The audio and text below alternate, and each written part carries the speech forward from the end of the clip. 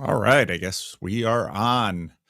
Um, Good morning. I'll start out with some announcements. We've actually got a lot going on right now behind the scenes. So coming up in June, I am flying to Chicago June 6th, and I will be in Chicago the evening of June 6th, and then June 7th and June 8th, and leaving for Grand Rapids June 9 to do the CRC Synod. But in the meantime, we'll be having a bunch of get-togethers and shindigs and fun over in Chicagoland. And I don't have a link to. I don't know, Sam, have you done a website yet for that I don't have August? a website. I could give you some meetup.com events that people could RSVP on for the events that weekend. Okay, that's a Not good idea. weekend, during the week. Yeah, not yeah. Okay. So why don't you just give a little quick summary of at least some of what's planned? Sure. So Paul's coming, and we also have the commentator formerly known as Esther O'Reilly coming to Bethel McGrew. And we have kind of 2 days of main events planned. That's Tuesday, June 7th. Let me make sure I'm getting that date right. Yeah, Tuesday, June 7th. We're going to have 2 live podcast recordings during the day. One will be on Parker's Pensies, the Parker Sedecases podcast, and he's going to be interviewing Bethel and Paul. And then one I think will probably just be Paul's podcast. And so there'll be an opportunity for some live audience question and answer, and then we'll also have lunch together and some sort of time to discuss the podcast in small groups, sort of like meetup style. And then Wednesday evening, Wednesday, June 8th, at Elmhurst Christian Reformed Church, there's going to be a live moderated talk between Paul and Bethel at 7 p.m. Central Time. And that will be hosted by the Chicago Meetup group, and there will be time for live audience question and answer for that. The events are free, although we're asking for suggested donations. So if you're in the Chicagoland area, that would be great. If you are coming in from out of town, you could email me at transfiguredchannel@gmail.com if you wanted some more details. But generally, the events will be happening in Wheaton and Elmhurst. Those are both 2 western suburbs that are relatively close to each other. So if you're coming in from out of town, I'd recommend staying over in that neck of the woods. And Wednesday during the day before that live talk, we'll do some fun Chicago area stuff. And there will also probably be a brunch Thursday morning. So we have events on those 3 days. So hopefully, if you're in Chicago or you want to come in from out of town, we're happy to have you. All right. So that's all the Chicago fun. So then I go to Grand Rapids, and there's the Christian Reformed Synod that I'll be participating in. That will be from the 9th to the 16th of June. And then on the morning of the 17th, John Van Donk and I are hosting a breakfast at the Prince Center at Calvin University. And that one, the focus of that will primarily be for church leaders. You don't have to be a pastor or even necessarily a church leader, but that will be the focus of it. And we'll be talking about basically making space for Estuary in church, what Estuary is, its value. And that event is also free, although John and I think we'll pass the hat because we're on the hook for a few $100s to rent the room. John lined up a donor to pay for breakfast. So if you have no money, you can certainly come. But if you can donate 10 or $20 to the cause, that will mean that John and I have to subsidize it less. So that's the morning of June 17, probably 8 to whenever you want to leave. I'll be getting together with the Grand Rapids Meetup Estuary, and I don't exactly remember which evening that is, but I'll be in Grand Rapids until that next Tuesday. Then I return home to Sacramento. Come August, I am flying to Europe for the first time in my life. I'm really looking forward to that. John Van Donk and I are traveling together. It's going to be like Laurel and Hardy, or um, Abbott and Costello, Lou Costello. I guess I'm the short fat one. So you can see me and Van Donk stand together and decide who's the short fat one, who's the tall skinny one. But so we are going to be flying to Europe, and we are going to, first stop is in the Netherlands, and I think there are some things being planned there. I've never been to the Netherlands, so I'm really excited about that. Then we are going to Germany to participate in the festival that Matthias is scheduling. There's a website out there for that. I don't know, Rick, you can maybe drop some of these links in the show notes when you get a chance, or at least in the comments. And so then after Germany, I think we might swing through Switzerland. I'd like to visit Geneva and Le Brie. And from there, I think we're going to, Van Donk was first looking at air travel. I said, let's ride the train so we can see some things. And I think then we're going to go from Geneva to Paris, and then from Paris to London. And then we'll be spending the rest of the trip in the British Isles. My schedule for that segment of the trip is by no means set. There's some people I want to see, but there'll be time for, we'll probably have about a week in the UK and in the British Isles. So we'll, over between now and then, we'll be trying to set up estuary groups or meetups or get-togethers or whatever we can. So that will be the end of August and the beginning of September. And then come the middle of September, there's the conference, Consciousness and Conscience. This conference was originally planned in Thunder Bay for September 2020, but y'all know what happened in March 2020, which made September 2020 not happen. But now here in September 2022, we will be traveling up to Thunder Bay, and there'll be 4 of us. This will be the first time I get to meet Jonathan Pageau and John Vervaeke in person, unless I have to actually probably fly through Toronto. I might spend an overnight in Toronto on my way to the conference, and so who knows, maybe I'll get together with them before, but that'll be really our first, that'll be a big deal. And it begins with Airsoft, which is almost paintball for Jesus. They've got the schedule here. Let's see, where's the schedule?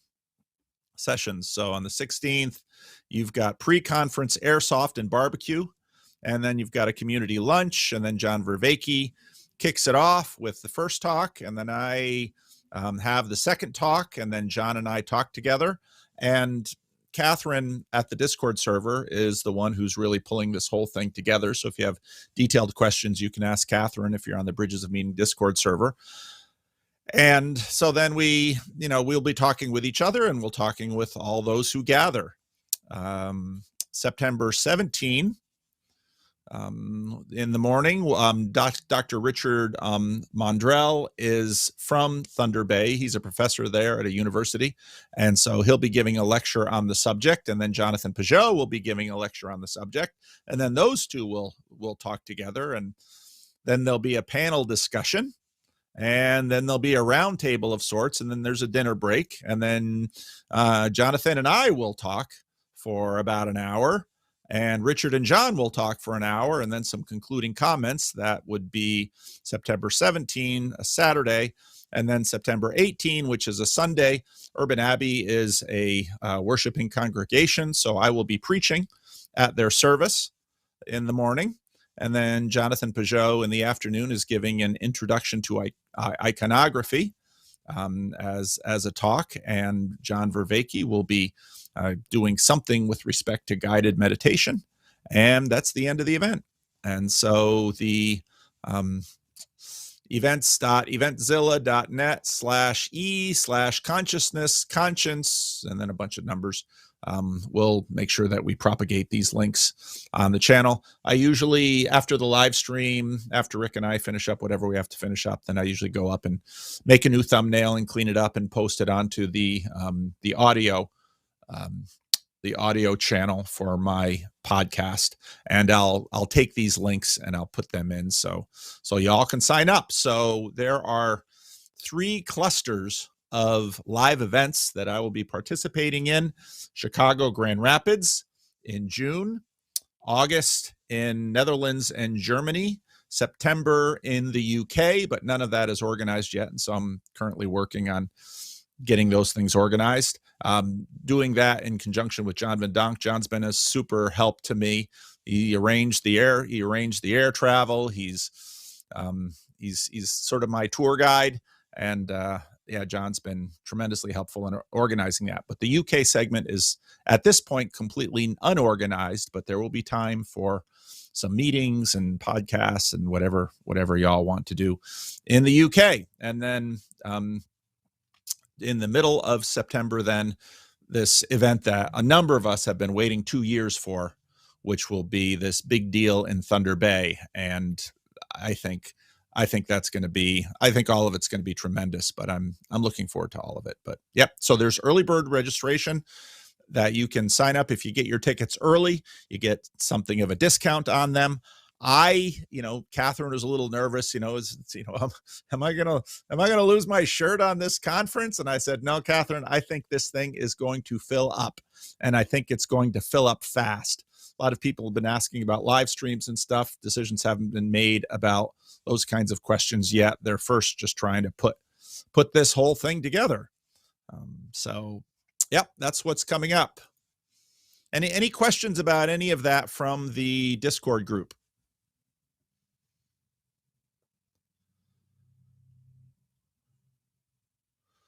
Doesn't sound like it. All right. So I will. Oh, sounds pretty great, though. I hope you can all pull it off. Sounds pretty good. What's gonna stop us? You think COVID's gonna get us again, Job? It got us last time. Yeah, I don't know. I mean, who knows what happens? I'm not going to jinx that by coming up with examples. Seriously, I am not. So yeah, I just hope it all works out. And well, I'll get to hold Job's baby, so that's something to look forward to. I'll get it mentally prepared. Should I bring ear protection? Oh, you have no idea. Oh, you probably should. Yeah, no, I actually bought my wife these big ear protectors that you wear when you use a chainsaw. Like, that's how bad it gets. So yeah. Maybe Job's son will someday be a preacher with a big loud voice like George Whitfield or something like that. So who knows, Job? Who knows? Who knows? All right. So I'm going to dive into the questions. Eric Youngard asked, happy Friday, Paul. These are all from a week ago. You teased in your recent Pageau Weinstein video that you used to engage Jehovah's Witnesses in their theological debates when they came to witness to you. Can you recall any of the conversations or debate points regarding their version of Jesus or Satan that really stumped their foot soldiers? I don't remember. Afterwards, did an elder of their congregation ever stop by? We did have an elder stop by once. So it's a Saturday morning. I'm home. It's my day off. I'm trying to cut the grass and take care of kids and go to Costco shopping and, all those kinds of things. Is when the kids were younger. And then someone comes to the door and it's like, usually you just kind of brush them off, but every now and then I'd feel trollish. And so I wanted to see to what degree these Jehovah's Witness foot soldiers basically had some default evangelical ideas rather than strict Jehovah's Witness theology. And there's some, obviously Jehovah's Witnesses are not Trinitarians. They've got some ideas about who Jesus was, who Satan was, who participates in heaven, who the other sheep are. There's a bunch of these little subtle points that I used to be a little trollish with them, and then I'd feel bad about it because these people didn't need me. These people didn't need me taking up their time trolling them. So then when the elder would come, I didn't often have, an hour or two to just sit down because of course it was Saturday and I had 5 kids at home. So not a lot of great reflection, but just me being a little trollish because I was curious about to what degree the pervasive, and most of these people coming to my house were African Americans, given the community I live in and the considerable degree to which Jehovah's Witnesses have impacted the African American community, but the African American community is deeply Christian and has been for a long time. And so I was just curious to what degree the Jehovah's Witnesses were thoroughly indoctrinated in doctrinal distinctions between evangelicals and Jehovah's Witnesses. So, and I found that, yeah, if the more I'd push, the squishier they'd get. And I'm sure they'd have an elder who was sharper on some of those doctrinal things, but it wasn't my goal to humiliate them. I just sort of had this question I had in mind. So that's what I did. I don't know, Eric, if you want to ask any follow-ups to that, but I'm talking 15 years ago, so it's a little while ago. All right, Zan.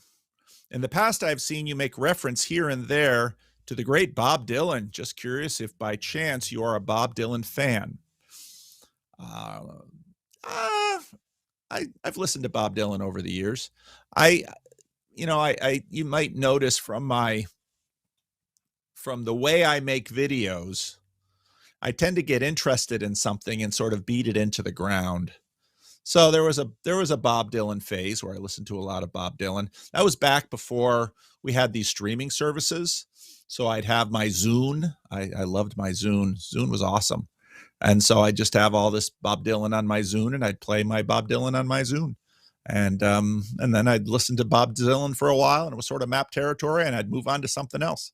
That's what I tend to do. So, and I'd probably pick him up again and listen to more Dylan. He's an interesting guy. So, Chad, what sort of thinking would possess a Christian pastor? Chad already gave a little, walked this back a little bit before the show, to reject a relationship with his blood brother that also claims to be a Christian, but is a member of a 12-step program where he helps people find a God of their own understanding. This is an actual situation of a friend of mine found himself in these last couple of days. How should one deal with this?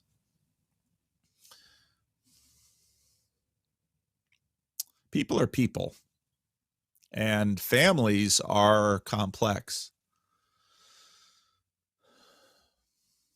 Part of what gives Christianity its power is the ultimate. And so it's not even just Christians. People can be insanely dogmatic on particular things that make no sense to anyone else. That's just the way people are. And it often has a historical cause, maybe how they were raised, maybe how a particular transformation happened in their life. And they can be, it shouldn't come as any surprise to anyone who looks at religion on the internet that people can be dogmatic and obnoxious when it comes to things they care deeply about.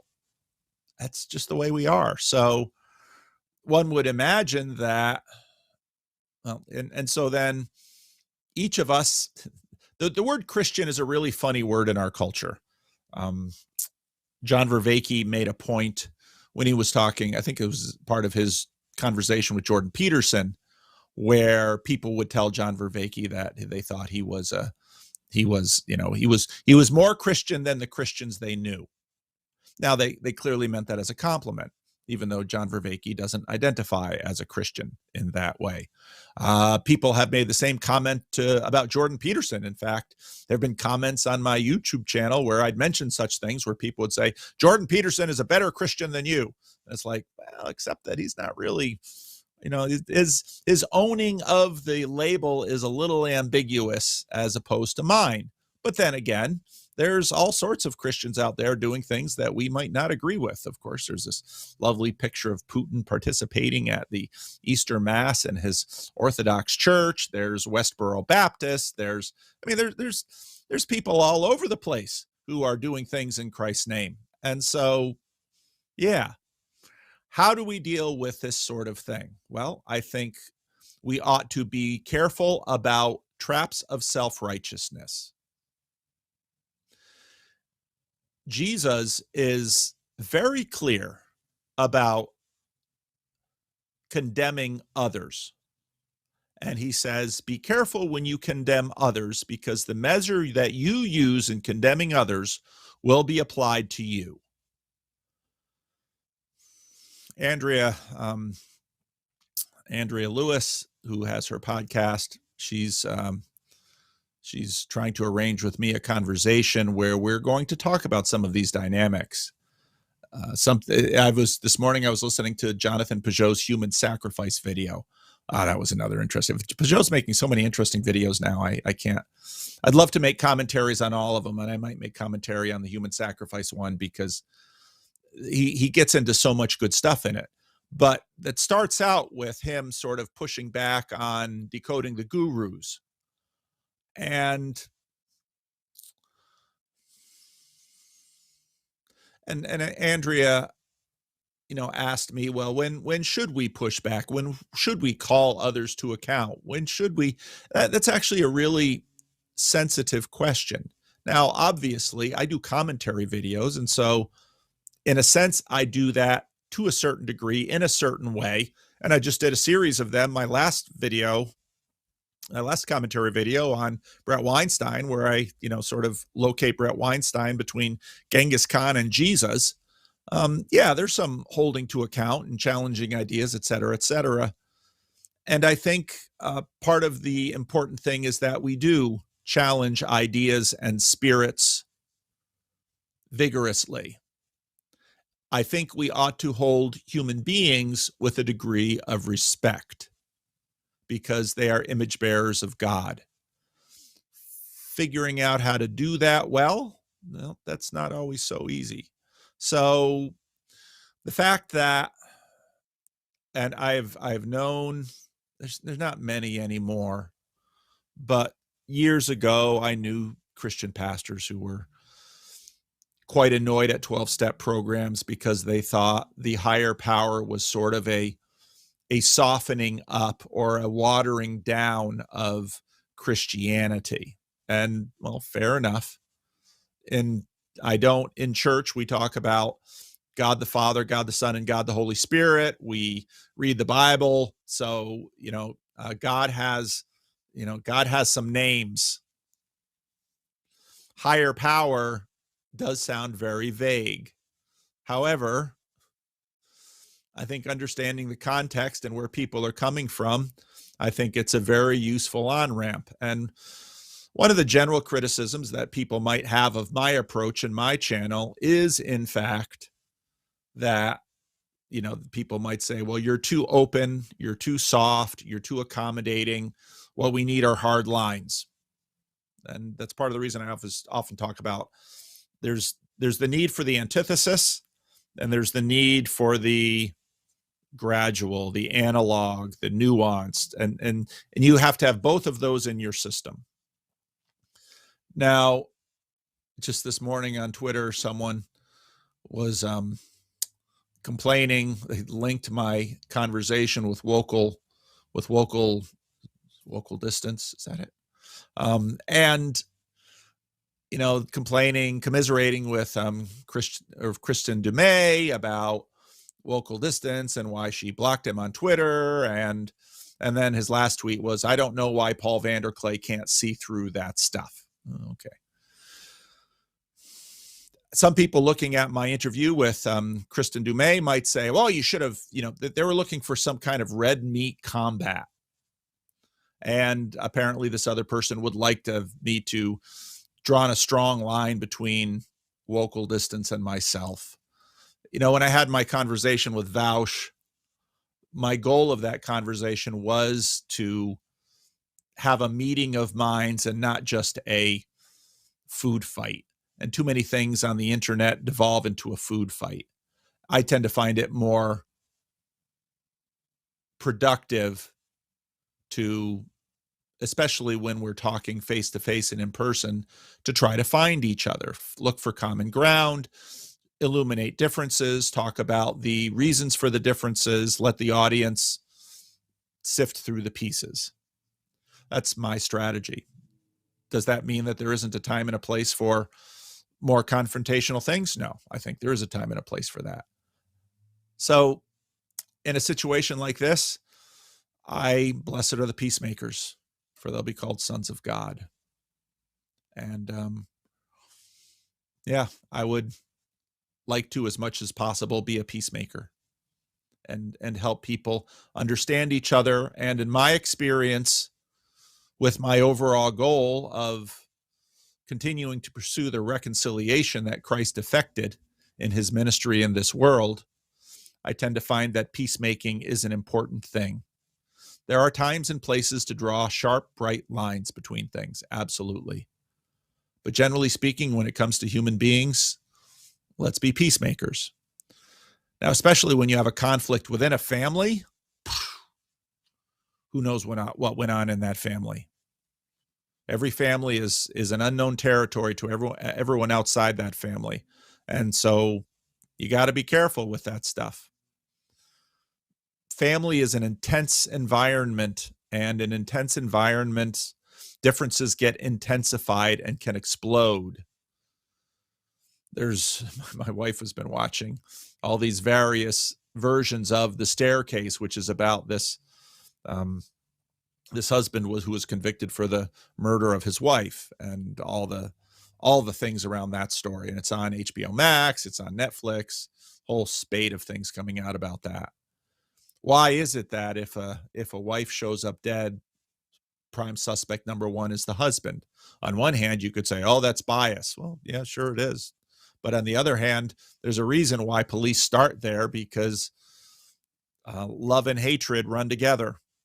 So I think we ought to be patient with one another. We ought to listen well to one another.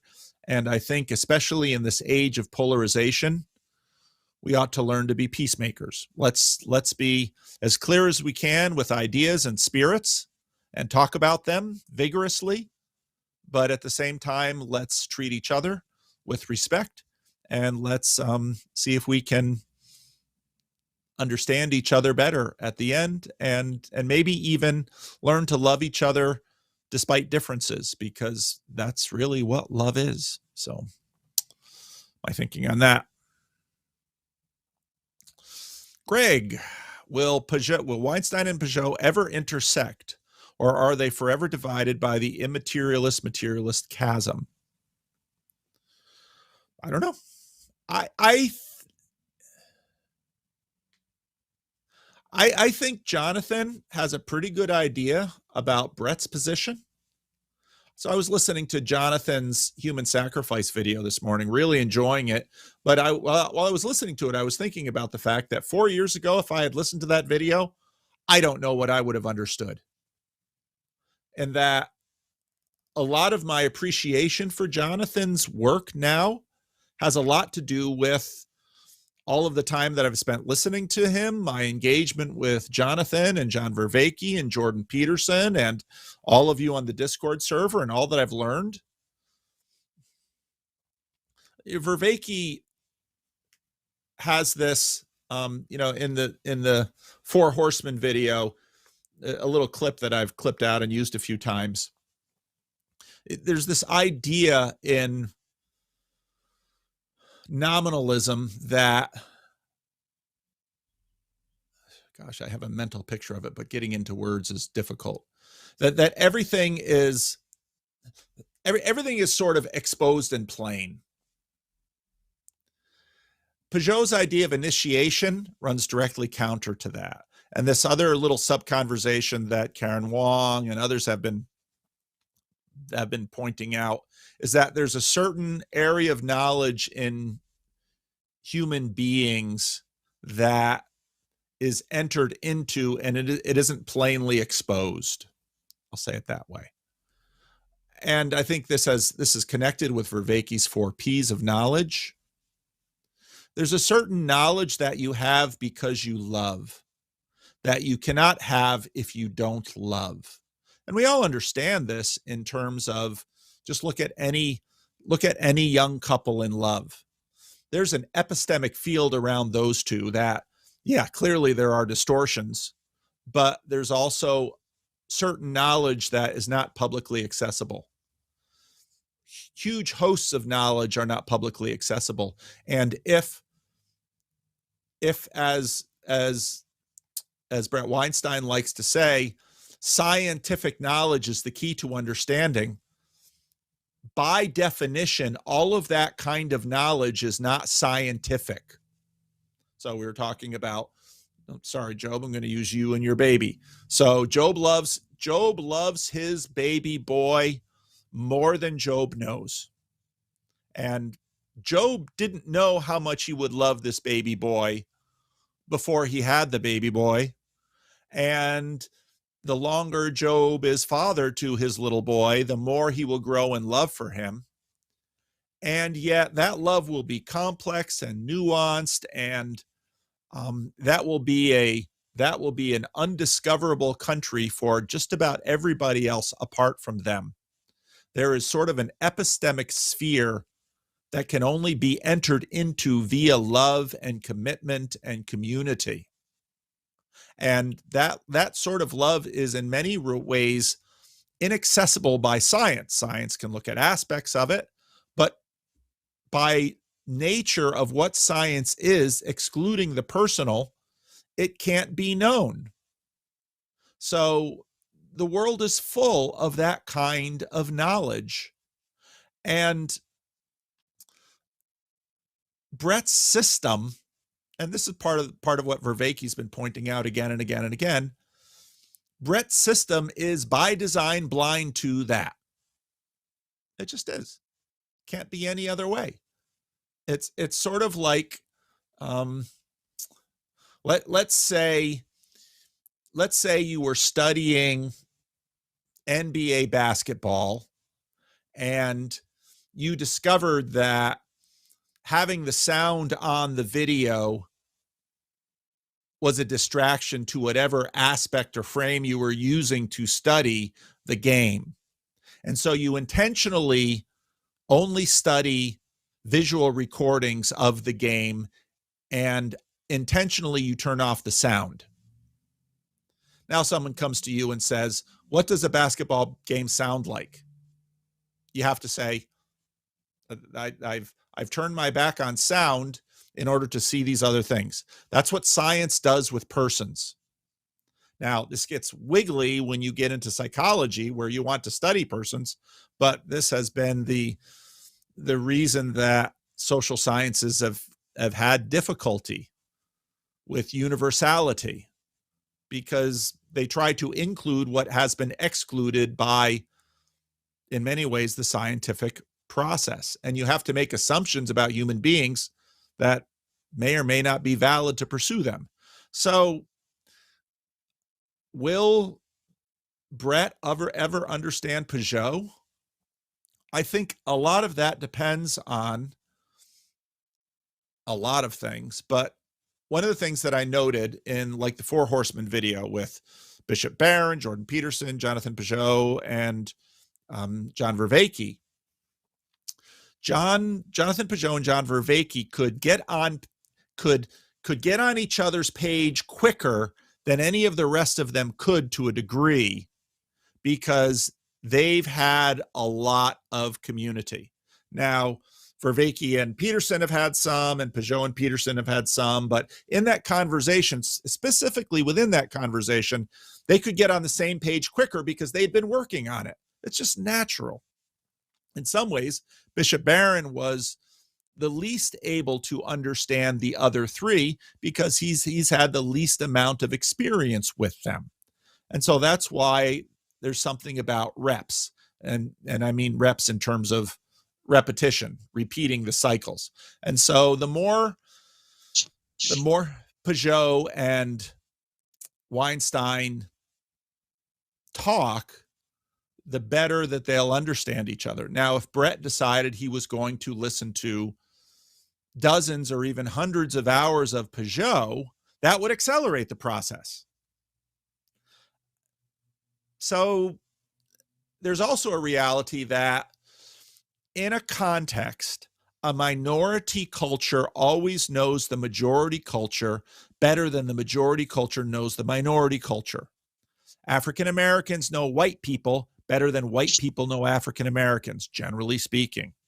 It happens with ethnic groups, and it happens in all sorts of other ways. Jonathan Pageau has been living in a secular society, was educated in the university. He knows secularism very well. Brett Weinstein, how on earth is he supposed to get up to speed on Jonathan Pageau without a whole lot of work? Now, should we think less of Brett Weinstein because he can't put in the number of hours? No. He's got a wife, he's got a job, he's got all of these things, he's got interests that go far beyond. He's probably not going to be an expert with Pageau.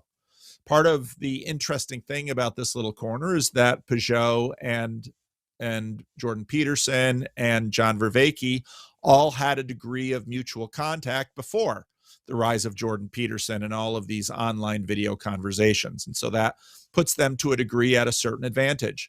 Also, having in-person experience with one another heightens and very much fills out the knowledge that we have of one another. And so that's why I'm so looking forward to the Thunder Bay conference, because even though I've listened to a lot of hours of Vervaeke and Pageau, and they've both listened to hours of me, when we meet each other and when we talk face to face, there will be levels of knowledge that we're not even conscious of that we will gain in just being together and talking together and meeting together.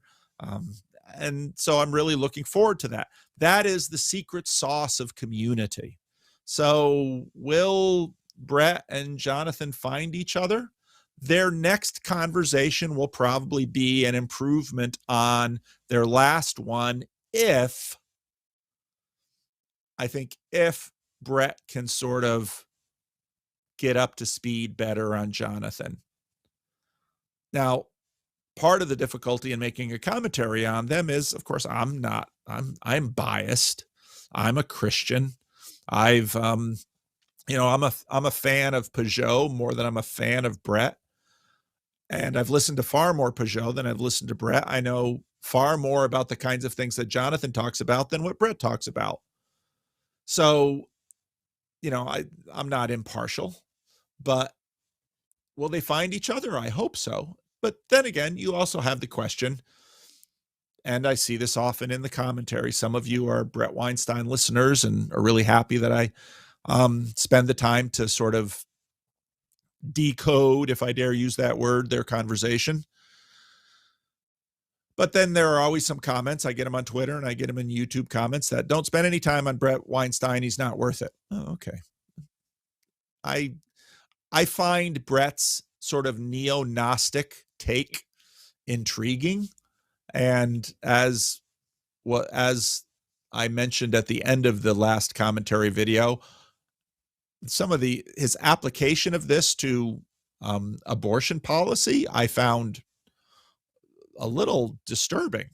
So anyway, I don't know where any of this goes. It could be, it could be that Weinstein and Vervaeke will talk. I don't know how well that will go because John can be difficult to understand too. Back when Brett Weinstein was meeting with Alistair McGrath on Unbelievable, Justin Brierley was trying to arrange a talk between myself and Brett, and that, for whatever reason, that didn't come off. So will Brett and I talk at some point? Yeah. And I hope if I ever get a chance to talk to Brett, I hope it's a productive conversation. Part of why I do my videos and my commentary videos, and why I would perhaps do a commentary video on Jonathan Pageau's human sacrifice video or even on his Book of Enoch video, is partly because I find in the process of doing those commentaries that I learn a lot just by slowing things down and listening carefully and getting into a sort of a flow state and commenting on it. But also because as a pastor, one of the disciplines that I learn is taking a difficult text which is the Bible, and trying to help it become accessible to people and applicable to people. That's what pastors do. And so when I do a commentary on something like human sacrifice, I try to come at some of Jonathan's points. I'll do some critique, but I'll also do some accessibility work where I'll give other illustrations of maybe helping other people see Jonathan's points, because I learned a lot listening to that video this morning. And I think there's a lot of interesting points that can be made. Some applications to some of the stuff that Jacob and I touched on last week with respect to substitutionary atonement. I think sacrifices are by definition substitutionary, and that's part of the point that Jonathan Pageau was making. So, will they find each other? I hope so. Why is this valuable? Because there are a lot of people out there, the majority culture, majority culture in terms of media mouthpieces and those who hold high positions in our culture right now are much closer to Brett Weinstein than to Jonathan Pageau. And so I think having Brett understand Jonathan a little better is good for Brett. Having Jonathan figure out and continue to grow in how he can articulate and communicate with Brett will mean that he'll be able to communicate with those who agree with Brett. In a lot of ways, what we're doing in this little corner of the internet and what I'm doing with my commentary videos is, in fact, it's not necessarily so important that I convince Jordan Peterson or John Vervaeke or Jonathan Pageau about something from my Dutch Reformed perspective. What we're really doing, because all of these conversations are observed, is we're really talking to each other's audiences. And there's a little bit of there's some chaos in that process, but overall I think what we're discovering is that it's a helpful process because we're all learning along the way. And so if it's fruitful and enjoyable for both of them, I hope they both continue to do it, and I hope they come to understand each other better. So that's some of my thoughts on that. Chaplain Rhythm. A woman in my life is an ex-Mormon and tends to shy away from most elements of Christianity. She feels a lack of feminine presence in Christian theology and feels that though she can't relate to the father concept of God. What would you say to someone who feels this way? Can women relate? What can women relate to in the Christian story, especially relating to God? One of the interesting ironies of this debate, and it's by no means this woman is by no means unusual. One of the deep ironies in this debate is that it appears that for most of the history of the Christian church, it's been majority women. And over the last number of generations, there's been an increasing concern about the feminization of the church.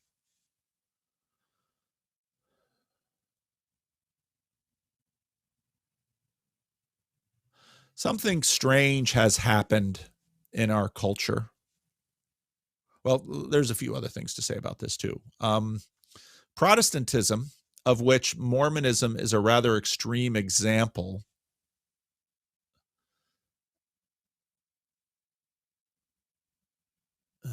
that isn't even true. This stuff is so complex.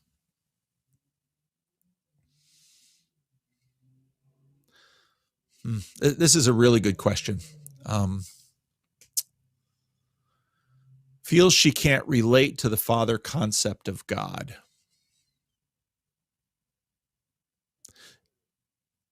Is that because, oh gosh, this is such a good question, and it's such a hard question.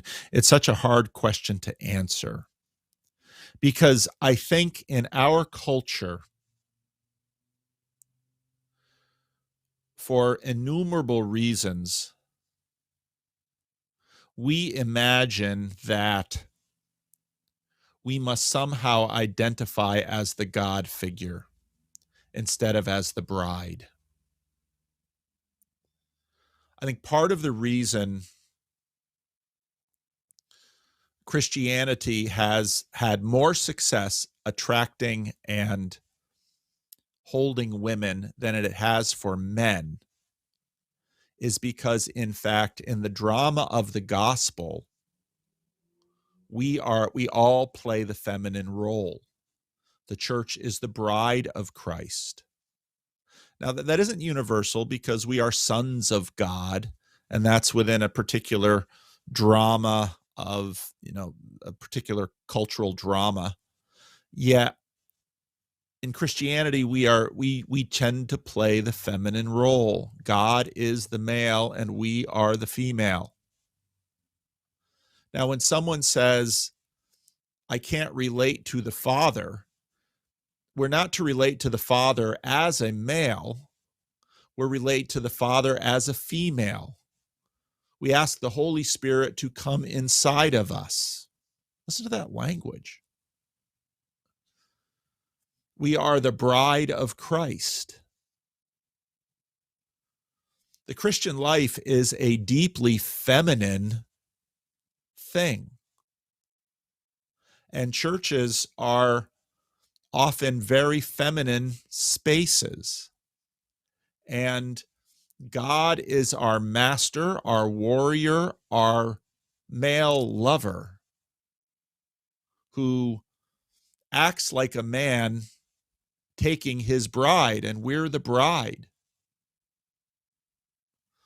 Once you understand some of this drama, it should be the men that look at it and say, I don't know where I fit in that.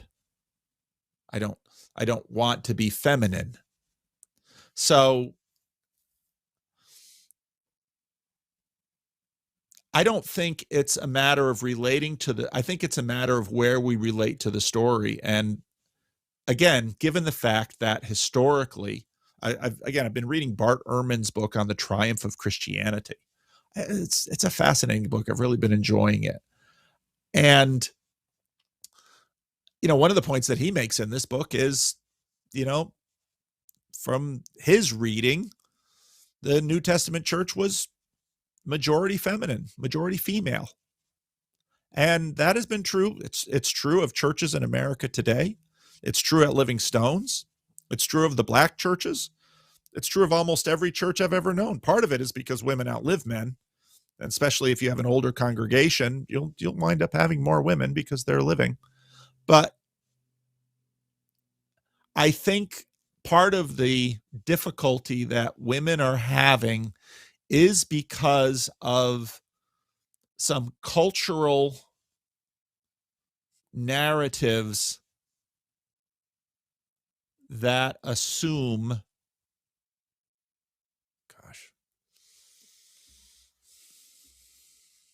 I don't know any other way to say it, that that God is our husband, that God is our master, and we're in the feminine position. And now, if someone wants to be in the masculine position with respect to God, well, now you've got a position of competition rather than resignation. And if you're going to compete with God, good luck. So I would say that women should have a better sense of what it means to live within the body of the bride of Christ than men, because men actually have to do a little bit more translating in terms of how we participate. But I think a lot of this boils down to this competition of the sexes that we've been in for the last few hundred years, to one degree or another, disrupted by the Industrial Revolution, on and on and on, and it's still pretty messed up. So it's a great question. It's something worth a lot of deep reflection. But I think initially, the reason women have, in many ways, been in a majority in the church throughout history is because the way the narratives go, the church is feminine. And I think that's part of the reason that in a majority of cases, churches have sort of given males preferential treatment in the drama, partly because it doesn't come naturally to us as women. one of my big disappointments in the Christian Reformed Church, when in the 1990s we stopped excluding women from leadership. We were supposed to do that as a way to continue to discern, but what actually happened was we stopped talking about it because those who had won the position didn't want to jeopardize their hegemony. And so they wanted to cease debate. And those who disagreed with them were sort of pushed to the margins. And now that the church wants to figure out what to do with same-sex marriage and all of those kinds of things, well, the conservatives aren't going to fall for that trick again. So it's a mess. It's a mess. Oh, thank you, Rick. Oh, thank you, Job. PVK Euroterp Gas Fund. All right, Renee, thank you very much. We have our Rick delivered super chats here. You know, send PVK money and get Rick exercise. All right. Sprorwell, how strongly are sacredness and hiddenness related, if at all? Did this change in the New Testament? Wow, that's a great question. Why are sacred places dark places? Read C.S. Lewis's Till We Have Faces. There is a relationship between sacredness and hiddenness.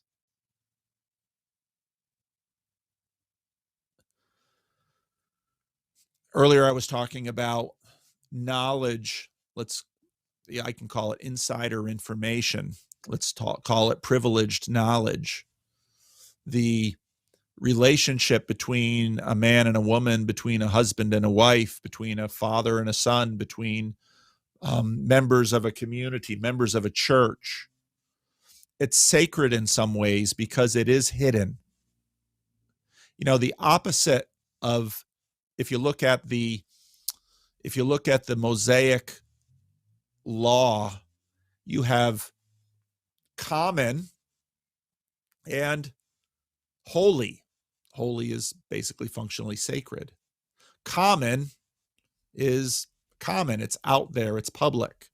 So yes, the holy and the hidden there's a deep relationship between those two. Does this change in the New Testament? So when I was watching Pageau's human sacrifice video this morning, I was thinking about some of the ironies of the ministry of Jonathan Pageau. One of the ironies is that he is explaining that which is hidden. And that explaining is connected with disenchantment. And so as someone who is very excited about the recession of the disenchantment of the Enlightenment, he and many of the explainers in this little corner of the internet, and the Orthodox are, with their podcasts and such, these guys are doing it in spades.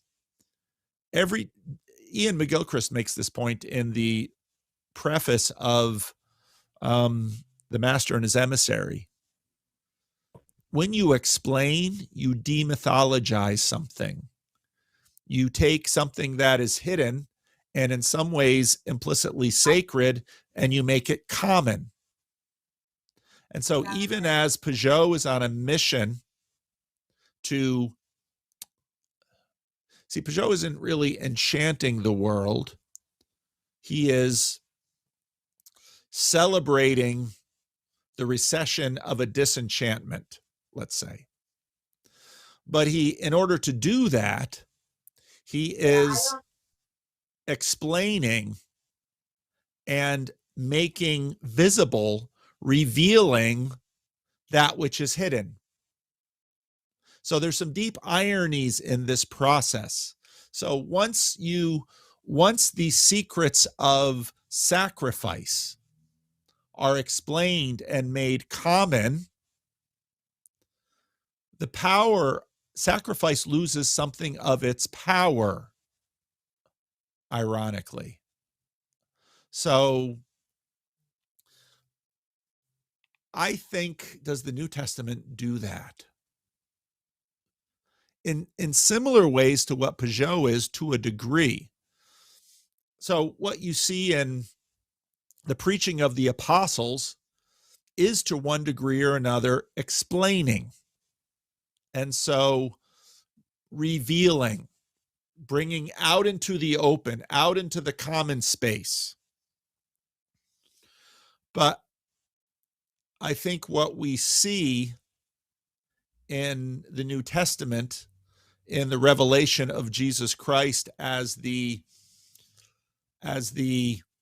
revelation of the story of Israel, because that's really what Christianity purports to do, and why, of course, there's differences between those who say, no, Jesus doesn't reveal the mission of Israel.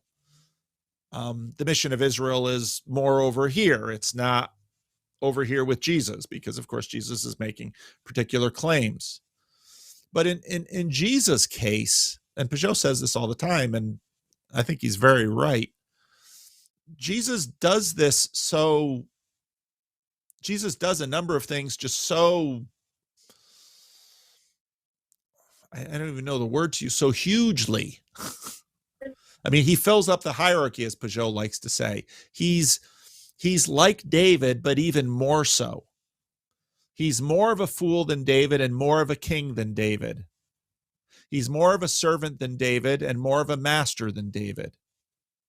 And so when you get into this question of human sacrifice, even the question of human sacrifice, Jesus completes.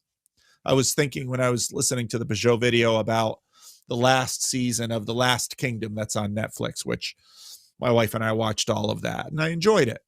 Learned a little bit about Mercia and Northumbria and Wessex and Athelstan and, all of these people that Tom Holland likes to talk about.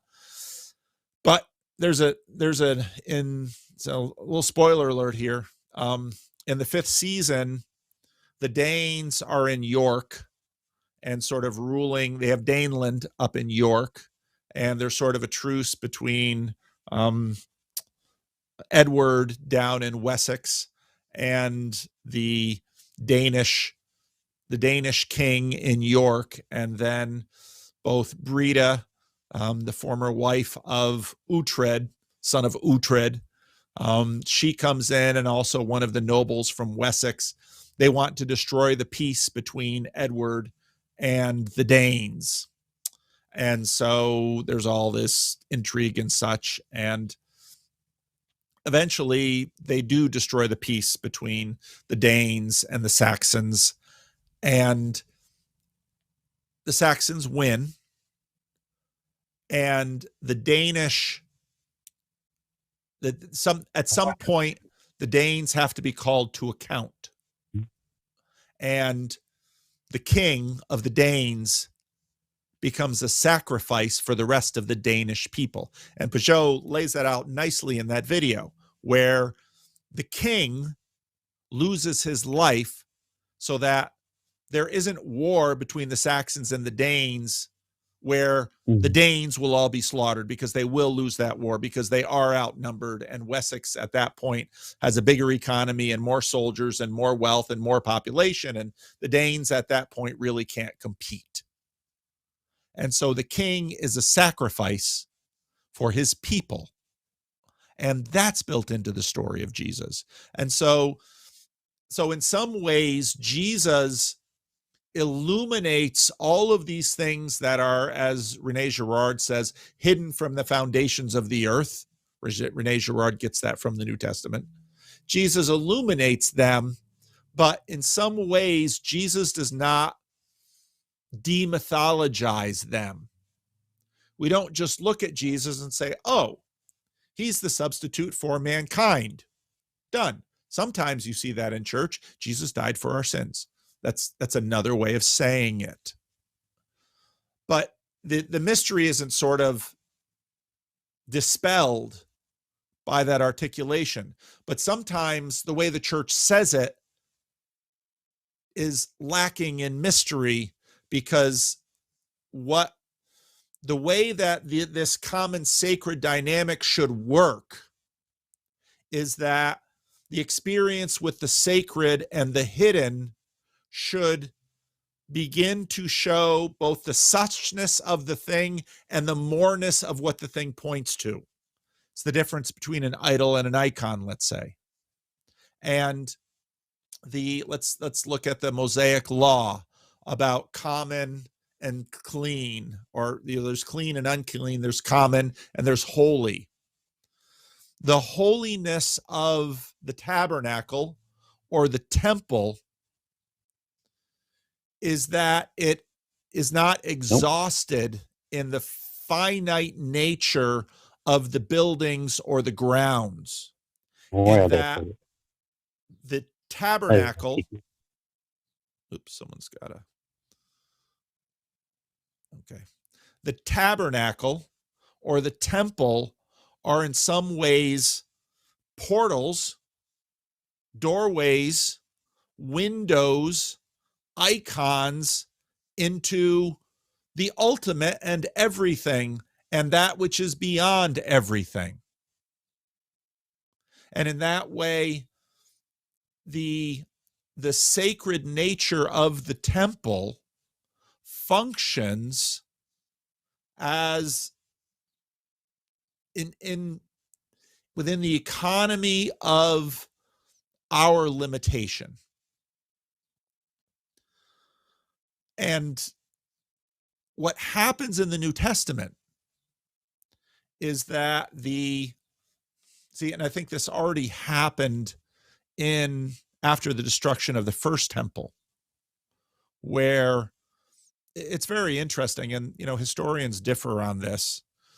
One would have imagined that with the destruction of Solomon's temple by the Babylonians, that the children of Israel would have started building temples all over the place. But they weren't going to do that because of everything that had happened in the book of Judges and in Samuel and in that whole issue in the kingdom between competition between high places and the temple itself.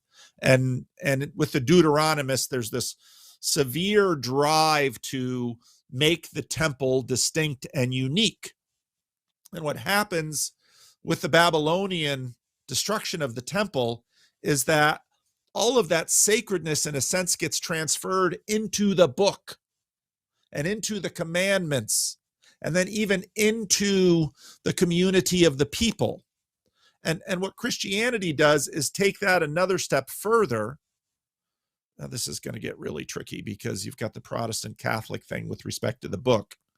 But the Peter and Paul basically say that it's the communion of the saints that becomes the new temple by the indwelling of the Holy Spirit. So all of this stuff continues to go out, and you don't. It's the issue of sacredness is connected with the frame problem, because you need the sacred in order to see the rest of the world. Once everything is common, you can see nothing because of combinatorial explosiveness. So there always must be, and Pageau always talks in these ways, and it's kind of hard to understand sometimes. It always sounds so cryptic. There always must be something hidden, because it is that, and there always must be something sacred, because it is through that frame of the sacred by which we see the rest of the world. Because we can't see everything because we're small and limited. Only God can see all. God needs no frame because God himself is the frame. And we sort of becomes God is the frame of all frames. God is the system of all systems. This is where you get in God number one and God number two, because you've got these two polarities for us. You've got everything and you've got person. And those are the two poles. So This probably sounded like word salad, but it's a really good and really hard question. And you're exactly right that there's a relationship between the hidden and the sacred, and there must always be something sacred. But sacredness isn't arbitrary either. So I don't know. I'm sure people are going to have some things to say about this.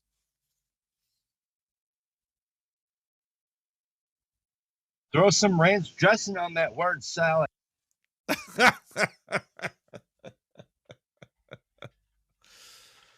All right, we'll continue. It's a great question. Oh boy, the questions keep coming. I always think y'all are going to get sick of me and stop asking questions, but it hasn't happened yet. Anyway, Christian Golden, he always asks such hard questions. Can non-biblical literature entice one towards, and perhaps even induce or mediate or facilitate salvific experience? Absolutely. The earth is the Lord's and the fullness thereof. Holy, holy, holy is the Lord God Almighty. The whole earth is full of his glory. God, it's awfully difficult to bump into something good and not have that goodness be connected to God somehow. So yes, and that happens all the time. C.S. Lewis wrote of George MacDonald's Fantasties. Someone, by the way, I should pull these up.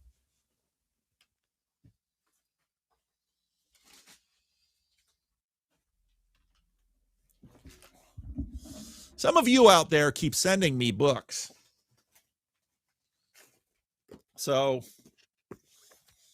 I don't know who sent them, but received. Now, if you saw my pile of books, and truth be told, I think I own at least one of these up there. I've got a lot of books. So thank you.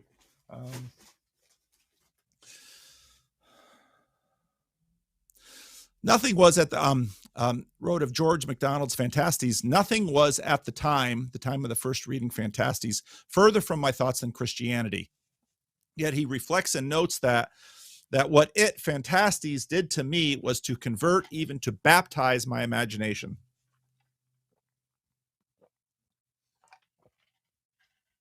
No question about it. Beauty, truth, goodness. It all comes from God. I just finished listening to your interesting conversation with Paul Baker. Wasn't that fun? I was a little worried about Anselman because, Paul sort of came off as his own kind of heretic, and I really appreciate Anselman and the guarding he does, but Anselman's comment was what an affable and what an affable and delightful guy. And I thought exactly that. I loved my conversation with Paul Baker. What a delight. So maybe I'll get the chance to see Paul when I get to the UK this fall. Really looking forward to it. Such a lovely individual. Is the output of the systems you discussed emergent or emanation?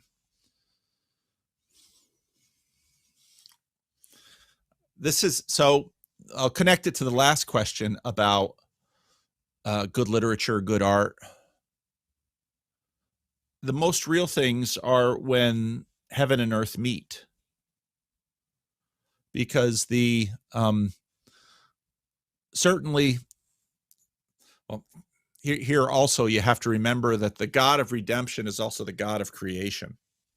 And so God is actually coming at us from both ends. And this is the fundamental difference between Christianity and Gnosticism. And this is part of why Brett's neo-Gnosticism is just so fascinating. Because Brett basically says, well, there's an evil demiurge, genetics, not evil, but genocidal, yada, yada, yada. But then Brett with consciousness will simply say no to the gas chamber. Really? Is it that easy? I think his position is woefully naive when comparing it to the fact that gas chambers happened, and many of the people that got sucked into them were good people who had consciousness. And that's why this whole, there's good people and bad people. And this is why, this is one of the things that caught my eye early about Peterson, because Peterson said, if you're visiting Auschwitz, you shouldn't walk through there thinking, oh, what monsters did this. No, you should say something more like, there, but for the grace of God go I, not only in terms of the victims of it, but also in terms of the perpetrators. Because if there's anything we know about ourselves, we can flip that role very easily. And just look at the phrase, hurt people hurt people. We have this bad idea in our culture that somehow the victims of oppression will be free from its temptations. Experience shows that no, the victims of all sorts of oppressions wind up victimizing others. Often if you find, let's say, in a ghastly situation, some middle school child is sexually abusing someone younger than themselves, the first question is not kill the monster or find the rapey genes. The first question is, who did that to the middle schooler? Because it's a chain of corruption. So the Gnostics say, well, there's this, basically Gnosticism, there's this lesser God, and then there's a greater God. In the Bible, there's one God. The God of creation is the God of redemption. So that obviously sets up the difficulties of the problem of evil, which is a difficult problem. But that's how you get both emergence and emanation. It's from below and from above. And the power of emergence belongs to God, just like the power of emanation. What do you think was the sin of Onan? The sin of Onan was, he thought the sin of Onan was a sin against his brother. In that culture, it was Onan's responsibility to maintain the line of his brother. And what that meant was that he had to, cuckolding, there's a fun word. Onan not only had to impregnate Tamar, but had to then sacrifice his own time, attention, and wealth for a lineage that would not belong to him, but instead would belong to his brother. It was Onan's job to sacrifice for his brother's welfare. Now, Judah's initial sin of sort of avoiding Tamar was a similar sin, but Onan was worse. Why? He wanted to sexually enjoy Tamar, but not fulfill his obligations. And what's so rich about the story is that even before Tamar played the part of the prostitute, Onan, in a sense, played Tamar as a prostitute. Because he basically said, I'm going to enjoy you sexually, but I am not going to fulfill what I owe to my brother and what I owe to my sister-in-law, who is you. And so he just basically practiced an ancient form of birth control, which they understood very well as the withdrawal method, and spilled his seed on the ground. That's the sin of Onan. Onan refused to love his brother, fulfill his obligation, and in a sense, bring his brother and his brother's line, that's why the lineage conversation with Pageau and Weinstein was so interesting, refused to bring his brother's line back from the dead. Now, when Tamar, plays the prostitute and Judah impregnates her, and, that's why in some ways This is why Tamar belongs in the line of Christ, because Tamar brings her husband's line back from the dead. That's in the ancient world how death was thwarted, through lineage. And that's why the barrenness of Sarah and Abraham was so devastating. That was death. And children were anti-death. Children were resurrection of a lineage and maintenance of a lineage. And that's why when the Babylonian king first kills the king of Judah's sons and then plucks out his eyes and keeps him, in the court alive to only remember the death of his sons, that's the point. And they all understood that back then. Today, we obviously don't think that way now. And again, back to Pageau's sacrifice video, he made the point about, about in many cultures, one son would become a priest, like in a lot of Catholic cultures. You give one son back to the church. And that can be connected back to, you think of the story of Samuel. Samuel was given to the tabernacle as service. And in fact, the entire tribe of Levite was, in a sense, a substitute for all of the firstborn sons of Israel that were dedicated to the Lord. So this stuff flows through. And so Onan's responsibility was to resurrect the line of his brother. And if he had just refused Tamar, refused to impregnate her, that would have been bad enough. But he went a step further and said, no, I'll get my jollies and not resurrect my brother's line. That's what makes Onan's sin so remarkable, not the withdrawal method. So, and I've probably just triggered some Catholics, but there we have it. Chad, would you describe the events and experiences that have brought and kept this little corner of the internet together a miracle? You've been listening to my stuff, Chad. How has it most? Well, that miracle is a pretty fudgy word. Okay. And while I'm on one hand, I want to expose the way that our scientific thinking has corrupted the word miracle in a particular way. I think it's a word that when we use it lightly, we should recognize that we're using it lightly. It's certainly, what has happened through this YouTube channel and through Estuary and through this little corner of the internet. It's certainly a surprising and dramatic change in my life. I never anticipated anything of this nature. But here we are. So yeah, it's sort of a miracle, but it's a minor miracle, I'd say.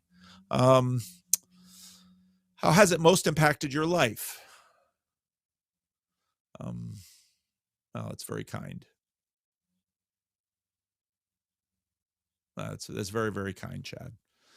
Well, obviously, it's greatly expanded my circles of friends and acquaintances. It's obviously been deeply gratifying.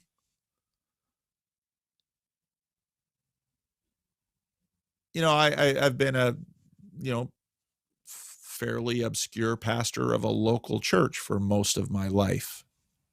And that's deeply gratifying, but there's a certain kind of validation that comes with broader attention.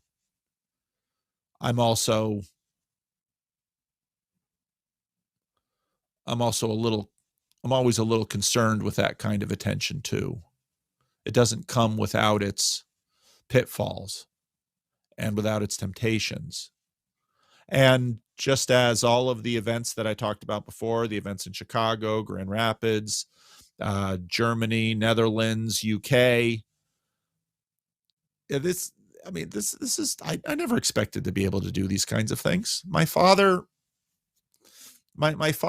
never got a chance to travel to Europe. I think my father would have loved to travel to Europe. My father is a guy who loved to travel, and my mother was a homebody. And so, she tolerated travel because, what you do in a marriage is you compromise. And so you do things you don't particularly want to do for the sake of your spouse. But my mother's homebody nature meant my father didn't travel as much as he would have liked. And one of the things that I do think about is my father died in 2013. All of this stuff jumped off in 2017. If my father were alive for this, he would have loved it. He would have watched my videos. He would have commented. I would have done conversations with him. He would have started his own estuary in Whitensville. The kinds of stuff I'm doing now, in many ways, is an extension of my father, and the how he raised me, and the parts of him that are in me. And so my father lives through this stuff in some ways, because the charity, the kindness, the patience, those are things that my father just had in spades. And so I wish my father could have shared and participated in this. He would have loved it. And this trip that Vendonk and I are planning to Europe, oh, my father would have loved to have come. And if he had been in good health, he would have come. And so to make a tour like this with my father would have been great fun. He would so enjoy it. So it's too bad he's not around for it. But it's impacted my life richly. The new friends I have, Rick and John Vendonk and Joey and the local guys here in Sacramento, and you, Chad, and how many others of you out there in the world. You've deeply enriched my life. And so it's been a wonderful thing. So I feel far more indebted to you than I think you are to me. I really feel that way. So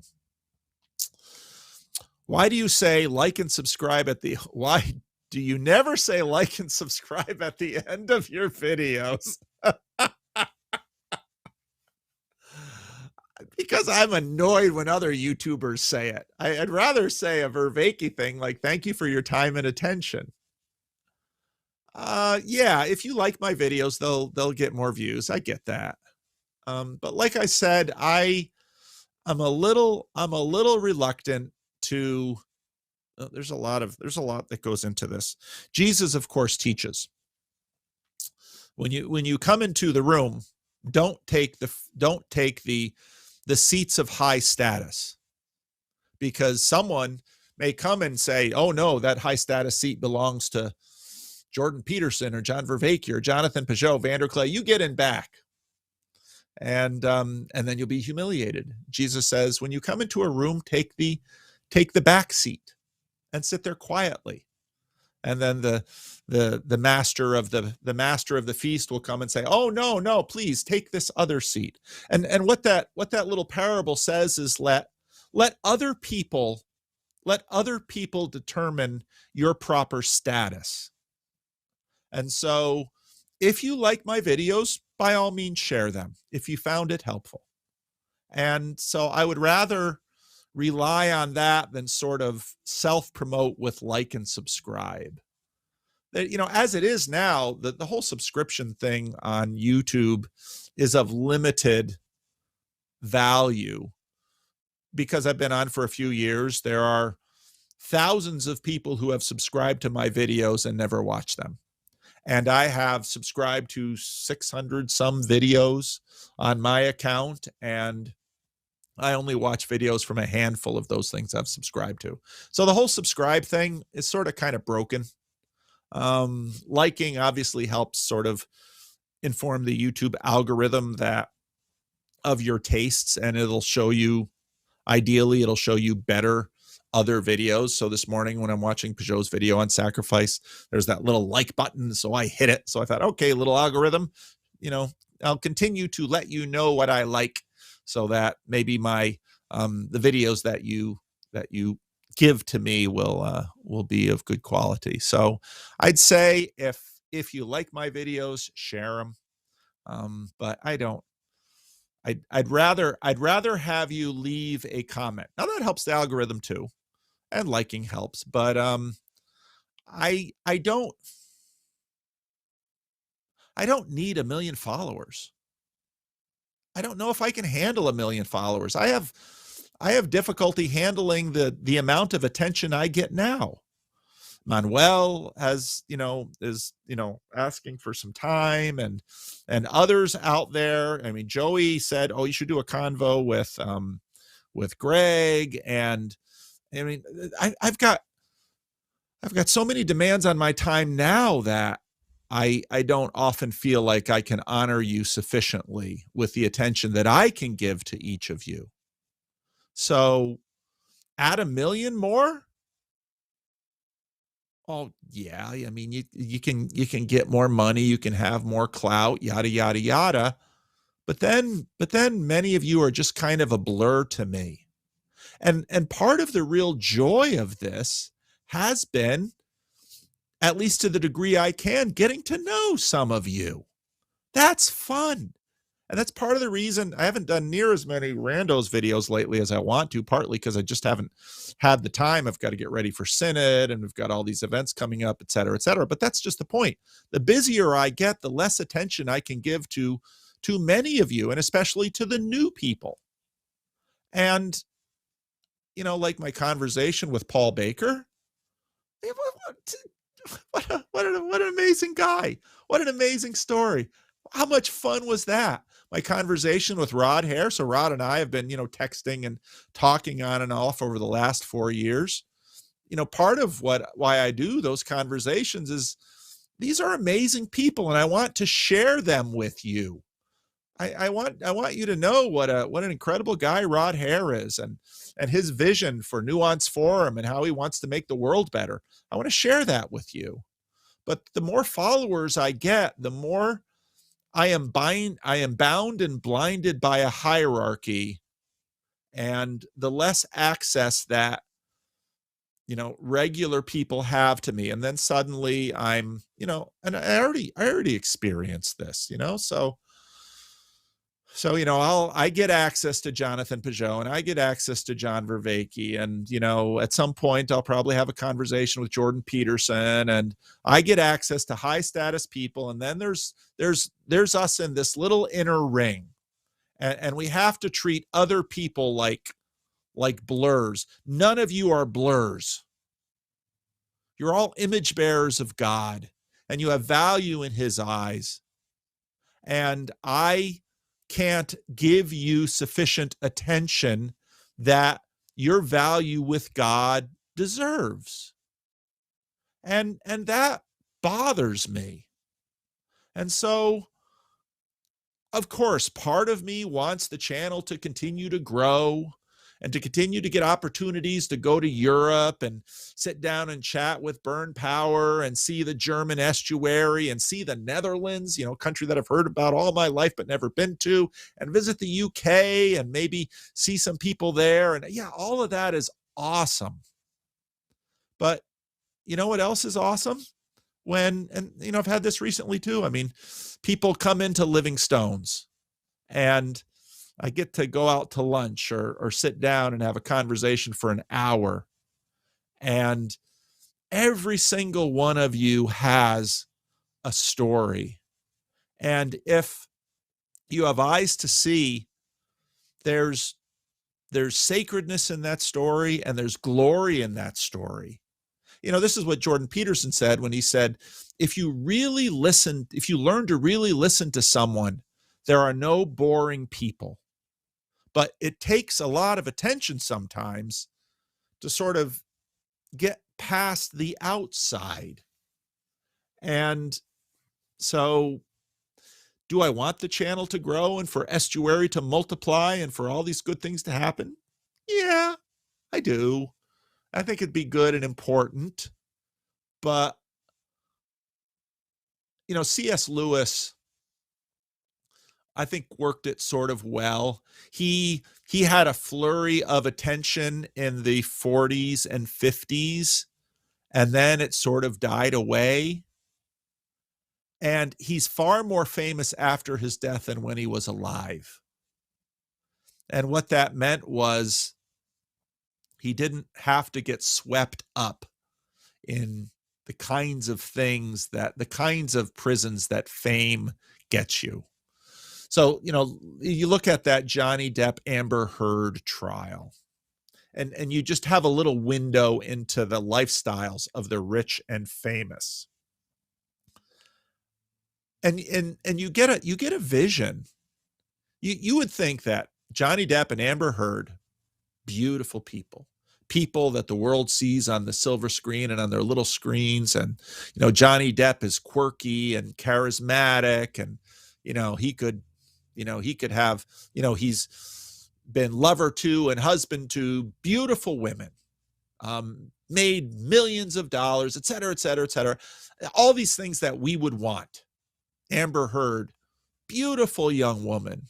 I can't think of a single movie I've seen her in, so I can't speak of her talent. But, how many women wouldn't look at Amber Heard and say, I'd love to look like her? And then through that trial, you get this little window into their lives.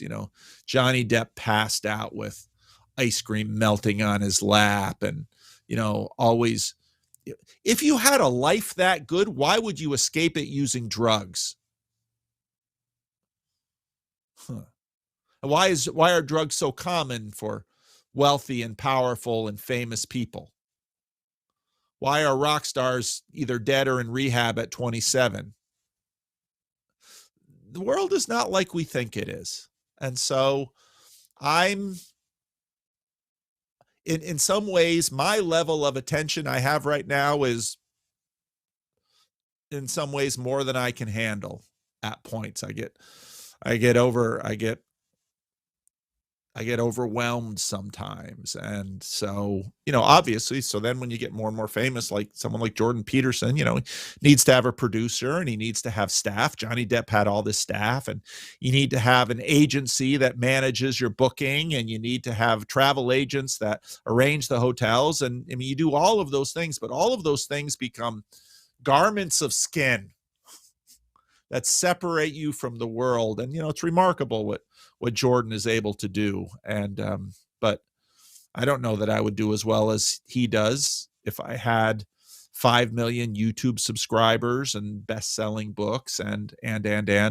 So like and subscribe if you want to, that's fine.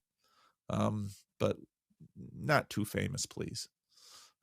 Let me live a life slow enough so that if you visit my church, we can at least have 10 minutes together, or maybe a lunch together, and I can hear your story, and I can see some of the glory and some of the pain that God has built into your life. Because really, the fame, the money, the power, the wealth, none of that compares to the face of God. And so when I can see God through you, you can see God through wealth, you can see God through fame, and you have access and all of those beautiful things it can give you. But in many ways, each individual person is a more direct vision and view, potentially, of the face of God than of all of these things that this world esteems.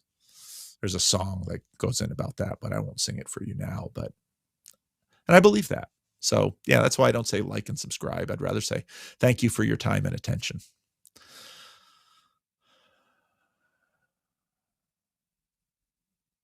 You are missing on higher numbers. Well, that's okay by me. Thank you, Rick. Oh, thank you, Vixen. Oh, that's right. Vixen's in the UK. I'm going to go see the Queen. I'm going to see the Queen. Looking forward to seeing the Queen. The Queen, the Queen of the Queen of the Firsties. Paul, what do you? So that was beautiful, and we all love you. My question is, why wasn't that a basically a Roman Catholic defense of the need of hierarchy?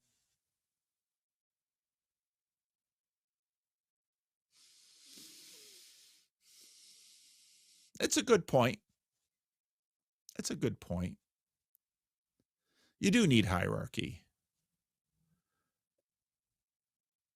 And what's interesting is that even in the Christian Reformed Church, which is very anti-hierarchical, hierarchies always develop.